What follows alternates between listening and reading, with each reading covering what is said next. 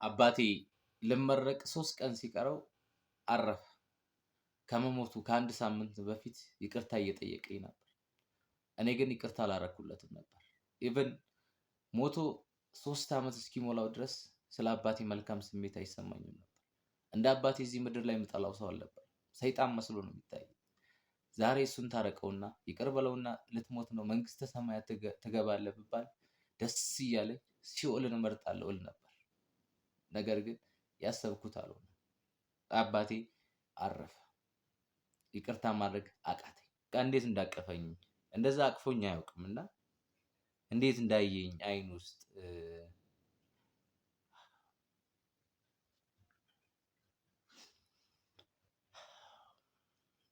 ስቲል የአይኑ ምስል አይኖች ይላሉ።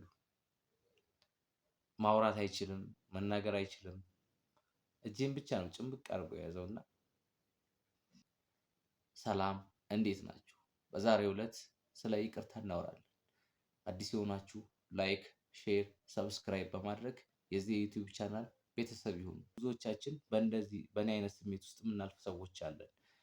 ብዙ ጊዜ ሰዎች ይቅር በለው ሲሉ እንሰማለን። ያ ሰው ግን ይቅርታ ማድረግ ያቅተዋል። ለምንድን ነው ይቅርታ ማድረግ የሚያቅተው? እኔ አባቴ በህይወት እያለ ጥሩ ግንኙነት አልነበረብንም። ወጣትነት ነበረብኝ። ብቻ አብሬውም ስላላደግኩኝ ከሱ ጋር ጥሩ ግንኙነት አልነበረኝም እና ከመሞቱ ከ15 ቀን በፊት ለ2 ዓመት ያህል ተዘጋግተን ነበር። አንደዋወልም፣ አንገናኝም፣ ምንም ግንኙነት አልነበረንም እና ሊሞት 15 ቀን ሲቀረው ደወለልኝና ይቅርታ ጠየቀኝ። እኔ ግን ይቅርታ ማድረግ አቃተኝ። ይቅርታ ማለትም አልፈለግኩም ነበር። ሰዎች ከሱ ጋራ ሊያስታርቁኝ ከዛ በፊት ብዙ ሞክረዋል፣ ብዙ ታግለዋል። እኔ ለእናንተ ስል ይቅርታ አደርግለታለሁ፣ ውስጤ ግን ይቅርታ ማድረግ አልችልም እላቸው ነበረ በጊዜው ማለት ነው። ለምን? ብዙ ህመም ይሰማኝ ነበር። በቃ ስለሱ ሳስብ በቃ ጥላቻ ነው የሚመጣብኝ። የአባትነት ስሜት ተሰምቶኝ አያውቅም። በጣም ነበር የምጠላው።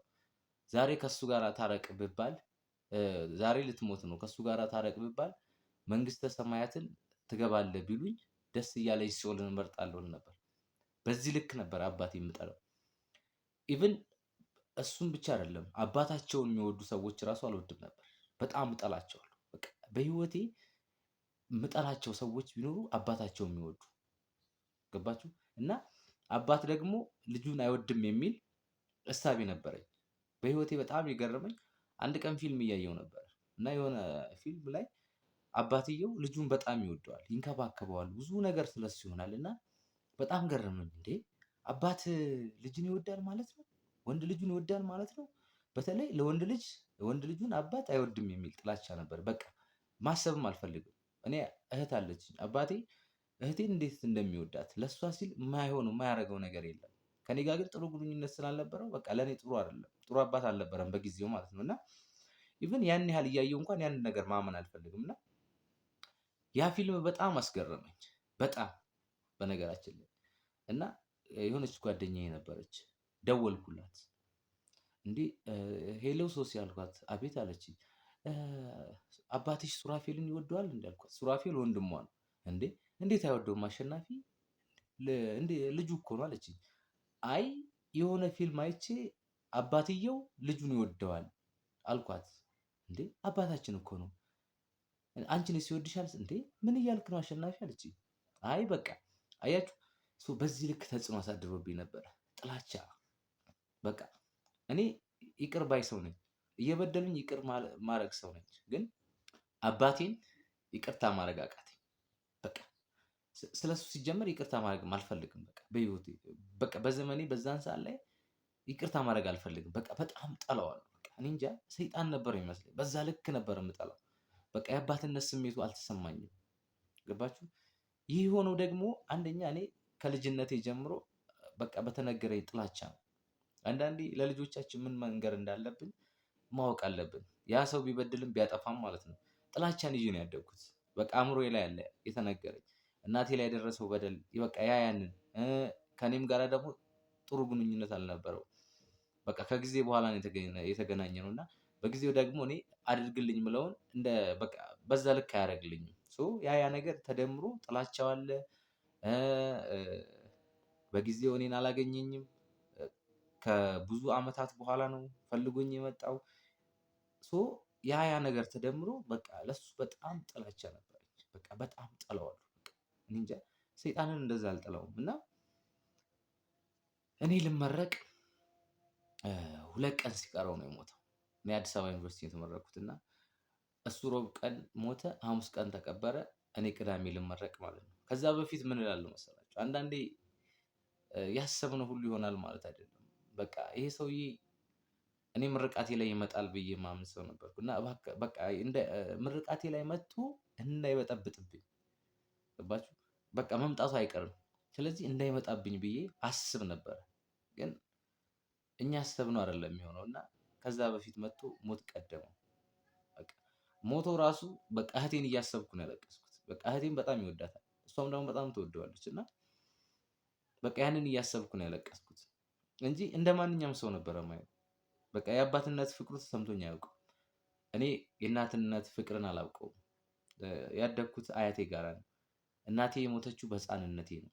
ሶ የአባትነት ፍቅርም አላውቅም፣ የእናትነት ፍቅርም አላውቅም። ስለዚህ ይሄ ፍቅርን ተርቤ ያደግኩ ሰው ነኝ። አባቴ ደግሞ በጊዜው መጥቶ ያንን የሚገባኝን ፍቅር አልሰጠኝም። በጊዜው እኔ ወጣትነት ነበረብኝ። በቃ አልተረዳሁትም። በቃ የራሴን ፍላጎት ብቻ ነው ማየው፣ የእሱን ስሜት አልረዳውም። ግን በቃ በጊዜውም ቢሆን እኔ እሱ መረዳት አለበት ብዬ አምን ነበረ። ምክንያቱም አንደኛ ከኔ በእድሜ በስሏል፣ ትልቅም ነው። ግን በቃ ሊረዳኝ አልሞከረም። እኔም አልተረዳሁትም። በቃ መቼም አይ ነው ያው የልጅነት ፍቅሩ ላይሰማው ይችላል። ምክንያቱም አብረን አላደግንም። ግን ቢሆንም እንደ ልጁ አይቶኛል ብዬ አላስብም ነበረ በጊዜው ማለት ነው። በቃ የኔን ብቻ የኔን ስሜት ብቻ ነው ማየው እና በቃ ከሱ ጀርባ ምን እንዳለ እንደዚህ ሊሆን የቻለበት ምክንያት ሰው ያለምንም ምክንያት ልጁ ላይ እንደዛ አይጨክንም በነገራችን ላይ እና ያንን ነገርም አልተረዳሁትም። የራሴን ስሜት ብቻ ነበር የማስበው። በቃ ይቅርታ አላረኩለትም ነበር። ኢቨን ሲደውልብኝ እንግዲህ ሊሞት ሳምንት ሲቀረው ሲደውልብኝ ዘጋበታለሁ፣ ሲደውልብኝ ዘጋበታለሁ፣ ሲደውልብኝ ዘጋበታለሁ እና በቃ አሞታል ብለው ተደወለልኝ። ሮብ ቀን ማለት ነው፣ ጠዋት ላይ ነው። እኔ አዲስ አበባ ዩኒቨርሲቲ ነበርኩ፣ እሱ አዳማ ነበር። አርፍጄ ነው የሄድኩት። ኢቭን በቃ አሞታል። ከዛ በፊት ሄጄ አይቼው ነበር እና ያኔ እቅፍ አደረገኝ። እሱ ግን የአባትነት ስሜት የዛኔ ተሰምቶታል። እኔ ግን ምንም አልተሰማኝም። አልጋ ላይ ተኝቶ ታሞ ማለት ነው እና አሁን ያንን ነገር ሳስበው በጣም ይቆጨኛል፣ በጣም ይጸጽተኛል። በነገራችን ላይ በቃ እንዴት እንዳቀፈኝ እንደዛ አቅፎኝ አያውቅም እና እንዴት እንዳየኝ አይን ውስጥ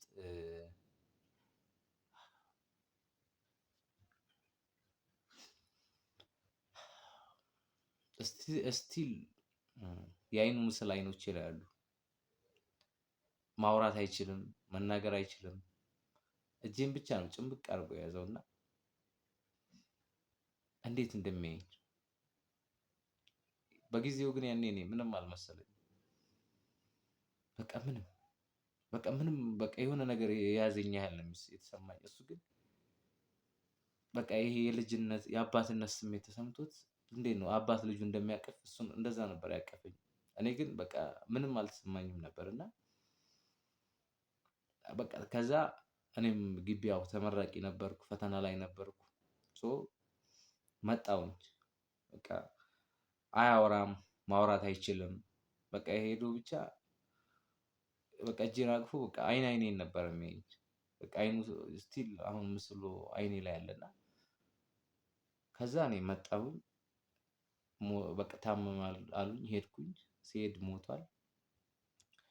ከዛ በቃ ያው ሮብ ቀን የሄድኩት፣ ሐሙስ ተቀበረ። አርብ አደርኩና ቅዳሜ መጥቼ ተመረቅኩኝ። ኢቭን በዛን ጊዜ ራሱ ይቅርታ አላረኩለትም። በቃ ይቅርታ አላረኩለትም። ማድረግ አልችልም። በቃ አልችልም፣ ያመኛል፣ ህመም አለብኝ፣ ውስጤ ቁስል አለ እና ሰዎች ይቅር በለው ይሉኝ ነበር በጊዜው። እኔ ግን አልቻልኩም። ምን አስባለሁ እኔ እህቴን በጣም ነው የምወዳት። በቃ ለእሷ ልዩ ፍቅር አለኝና በቃ ምናልባት እሷ ወደፊት ታስታርቀናለች እል ነበረ። ህይወት መቼ እንደሚያበቃ አናውቅም። ያለን አሁንና አሁን ብቻ ነው።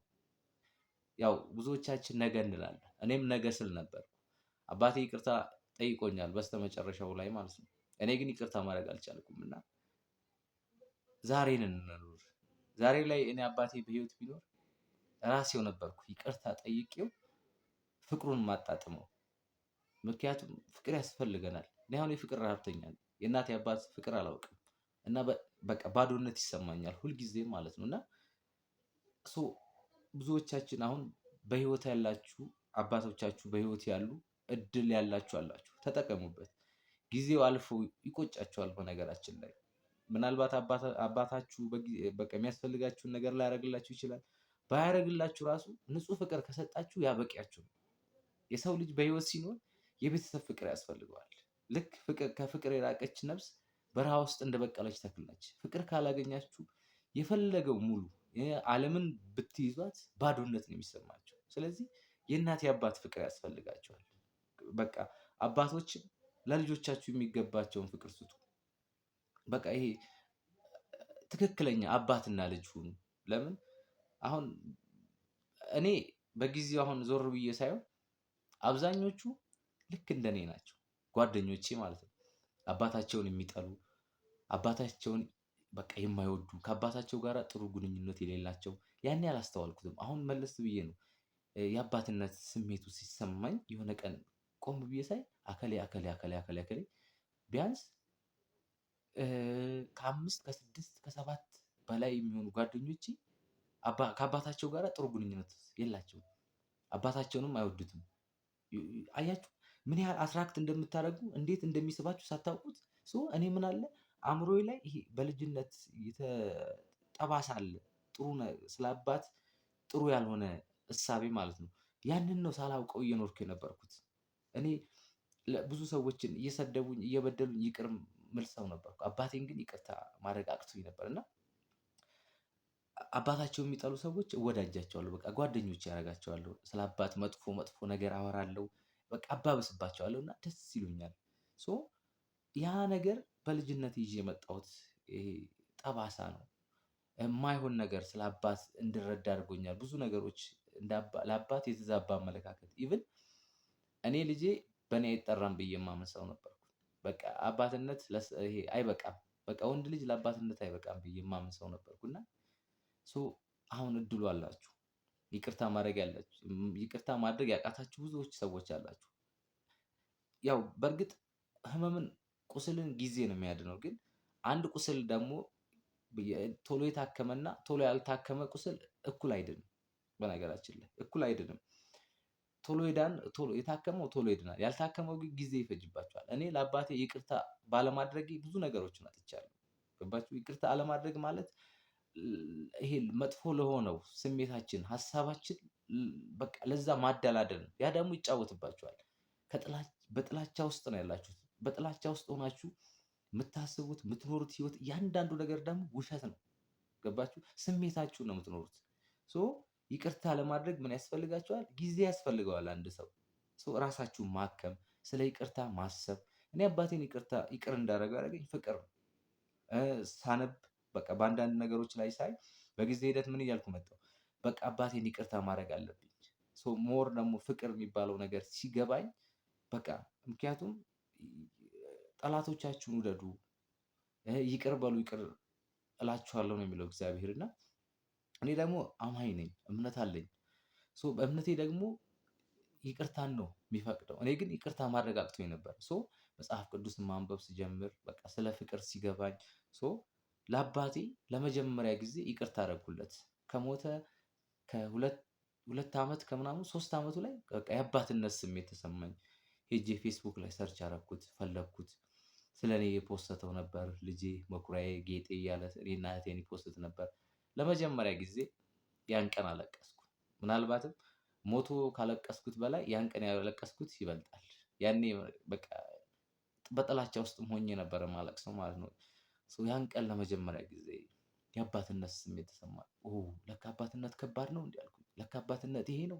እኔ ለካ አባትነት አልገባኝም። አያችሁ፣ እኔ አባትነት የተረዳሁበት መንገድ በጣም የተዛባ የተወላገደ ነበር እና አልገባኝም አልኩኝ። ለካ ሳይገባኝ ነው ስለ አባትነት የኖርኩት። ያ ሁሉ ግን አለፈ። በቃ መመለስ አልችልም። ኋላዬን ተመልሼ ማስተካከል አልችልም። ጊዜ ቀደመኝ። በጊዜው ማድረግ የነበረብኝን አላደረኩም። ያንን ደግሞ አለማወቄ ነው። አሁን ላይ በእኔ አይነት ስሜት ውስጥ ያላችሁ ሰዎች ካላችሁ ከአባታችሁ ጋር ያለውን ግንኙነት አስተካክሉ። ፍቅር ያስፈልጋችኋል።